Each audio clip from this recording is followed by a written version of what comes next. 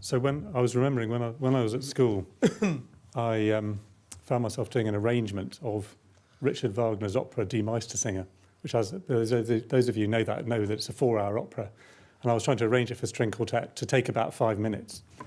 And I find myself with a similar task here. I'm going to attempt to explain the new VCT rules to you in a very short period of time. And the complexity of the rules is worthy of comparison with Die Meistersinger any day. So what I've done, I'm always very hesitant normally to put words into slides because everybody starts reading them and then you're either going to read them or you're going to listen to me. You're not going to do both. I've put some words up in these slides and really I've described these as exhibits. And what I'm going to show you is some direct slides that came from an HMRC presentation of the new rules. So this is kind of hot off the press. Those of you who keep up with these things will know that guidance on the new rules came out only a handful of weeks ago. And then the Association of Investment Companies, the AIC, kindly organised a seminar at which the new policy advisor at HMRC came along and presented the guidance on these rules. And all I want to do really today is give you a flavour of the challenges that this presents the manager. And I should preface this by saying the headaches I'm describing are really, they belong to Doug and myself. They don't belong to you from an investor point of view, VCTs remain very simple. Nothing's changing about that. From a manager point of view, life has got a whole lot more complicated. I'm only trying to give you the flavour, a little bit of snapshot insight into it. I'm not going to attempt to teach you all the subtleties of how these work, but I'll give you a snapshot. So here's number one. And if you like, this is Scooby-Doo's guide to the new rules. So these 6 points here are how Cathy Wilson, who's the new policy advisor, described the main changes. So if you like, this is a very quick summary. And the fact that there's 6 points is actually significant. It's giving you maybe an insight into the scale of the changes that have happened. These are all fundamental changes to the rules and the little insights into them. So we've got the overall funding limits. This is relating to a lifetime limit, a new introduction of a lifetime limit. No company is allowed to raise more than £12 million or 20 million if it's knowledge intensive in its lifetime. There's a new age limit, set of age limits. I'm going to talk a lot more about these because the whole idea of an age limit, it sounds simple, but actually it's incredibly difficult. What are you trying to measure in terms of its age? If it's a company, is it when do you start measuring that age? What entity is it? If a company's acquired a business, as lots of them have, which company's age are you measuring? So there's a lot of questions to solve in here. This test, growth and development, this is a new test, and actually one which, although this is adding some complexity, it's very, very important, and in many ways we really welcome the introduction of this test.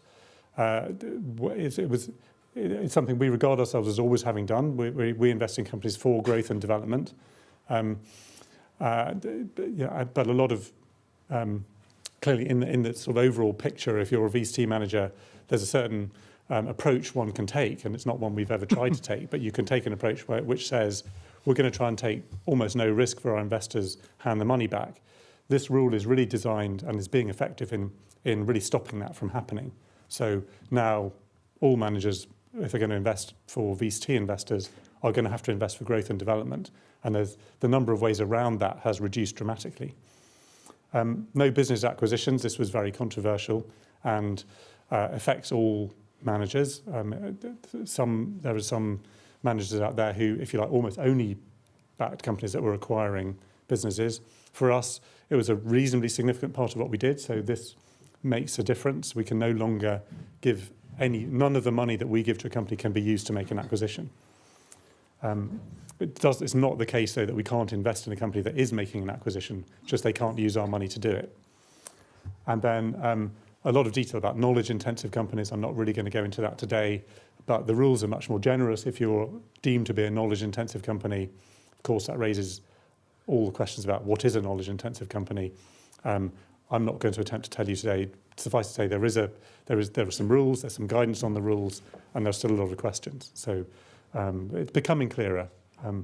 I suspect that we, like many VC managers, will be very loath to use this set of exemptions because we just regard them as simply too complicated and to take the risk on. And Finally here, restrictions on non-qualifying investments. Actually, the way this has fallen out is pretty good for us.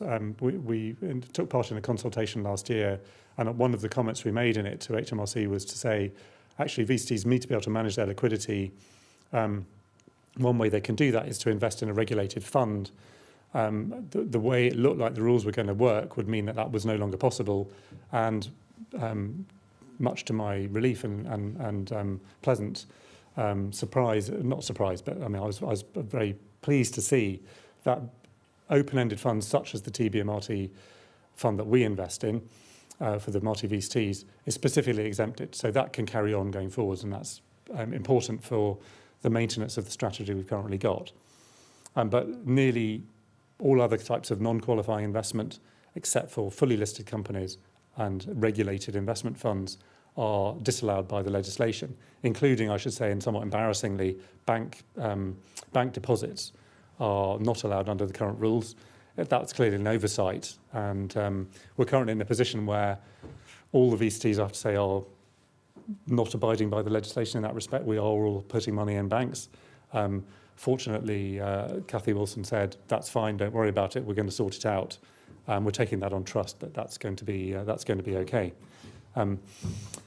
So the one thing that's not on this list, and I'd say the most obvious omission here, is the fact that if we now break any of these rules, almost without exception, the sanction is no longer, it used to be the case if we got something wrong, we'd end up with a non-qualifying holding where we thought we had a qualifying holding, and we'd start to maybe become more uncomfortable over our 70% in qualifying assets test. Now the sanction for all of these is that if we make a mistake, the whole VCT will lose its VCT status. So if you like, the risks that we have to now manage are much more significant for everybody. And we, like all the other VCT managers, are having to tread very carefully with any assumptions we make about these rules. And it's why the guidance, if you like, is particularly important.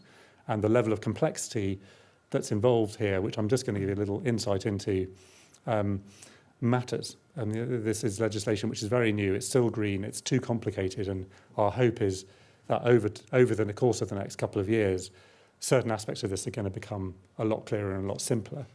That's my hope. So the next slide is this one. These are the new concepts. And really what Cathy Wilson meant by new concepts, these are things which are brand new things that haven't really been thought about in the VCT industry before. Growth and development, this new test is one. The date of the first commercial sale, this relates to the age limit. When are we measuring from? Well, that's actually very clear now. It's the date of the first commercial sale. What counts as a commercial sale? That takes a bit more definition. I'm not going to bore you with the detail, but it isn't totally black and white, this question. It's very, very important, but not totally black and white. These are two new concepts. A new product market, slightly awkward phrase. Does anybody know what a product market is here? I'm going to test you on this later, so beware. And a geographical market. Now that sounds easy. We kind of know we know what a geography is, but a geographical market is a new concept. And then there's a big new focus on the business plan. When companies were applying for exemptions in former years, they had to answer some questions, and HMRC would tick it off and say, yes, you meet those criteria. Here's your pre-clearance form to say we think you are going to be a qualifying investment. Now they have to send in a business plan really to satisfy this growth and development test. So the amount of information that has to be sent to HMRC has probably gone up by a factor of 10 maybe as a result of these changes. Don't read all of this. This is something called Condition B. And there are two exemptions to the age limit. One is if you're doing follow-on funding, and another is if a company is starting up something brand new, you're allowed to fund an older company. So this was a very controversial piece of guidance from the revenue. And once again, don't feel you have to read all of this. I only want to highlight one word about Conditional B. It says, for exceptional cases. Now, it's very unusual in guidance to say to the users of a piece of legislation, this is only for exceptional cases. What that really says to you is, please don't use this condition.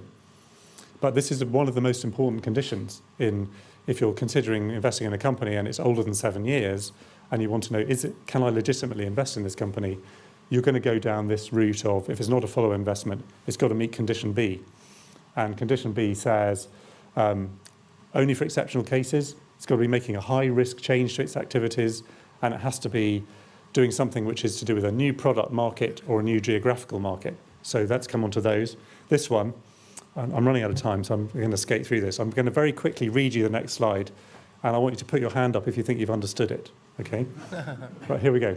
A product market. Product market is all those products and or services which are regarded as interchangeable or substitutable by the customer by reason of the product's characteristics, their prices, and their intended use.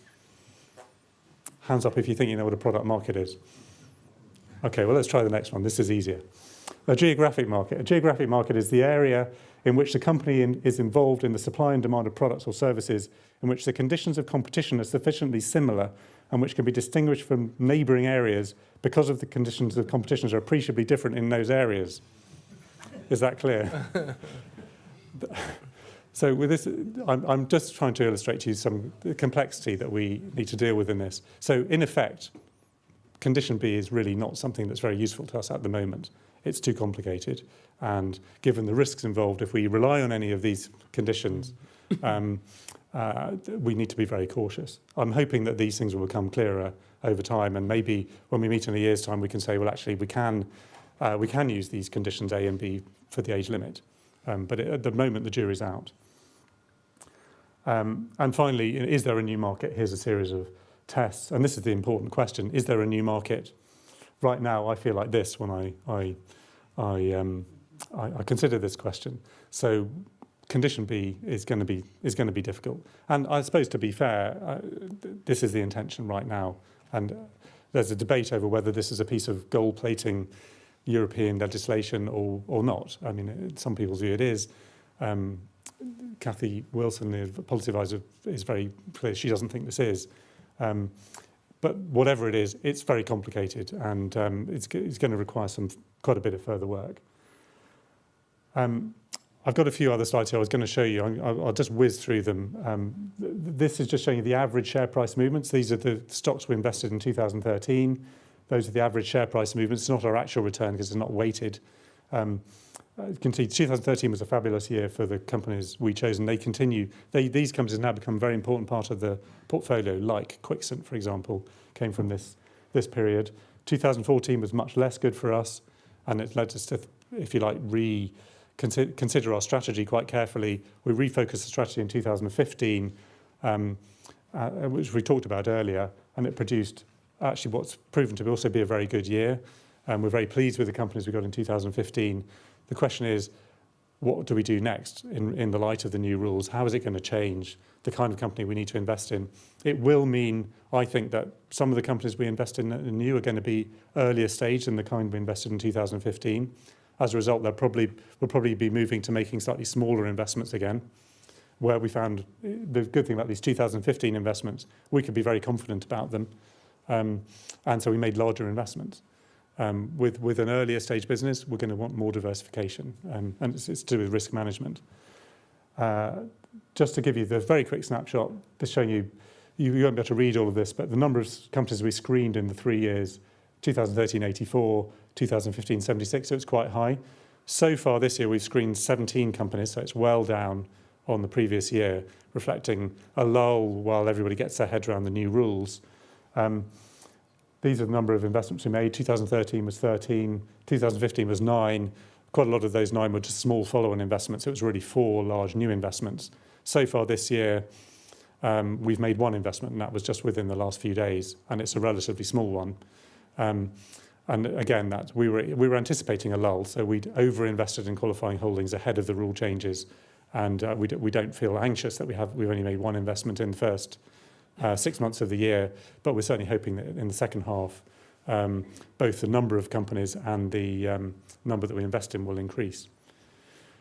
And just finally, this will give you a very quick snapshot of by year of investment and size of holding. So these are the last 3 years that we were talking about, and these are what I call our investment bubbles. you can see here is keywords from 2013, who we're going to hear from later on today, and learning technology, which we invested in 2015, is here. These are both quite large investments, and they're both quite recent ones. And we're very pleased to say that we have both companies in attendance today to tell you a bit about their businesses. And that's Amati VCT2s, how it looks with the investment bubbles. And you can see that, if over time these become very large and they've been in the portfolio a long time, that creates a great core for the portfolio. And that's really what we're trying to build on with these two VCTs. And with that, I'm going to conclude. And feedback forms we're going to come back to at the end. But in case I forget, please do remember to fill in feedback forms. We'd really love to hear your comments. They're important to us. We do listen to them. So please take the time to do that. And I would like to hand over to Learning Technologies.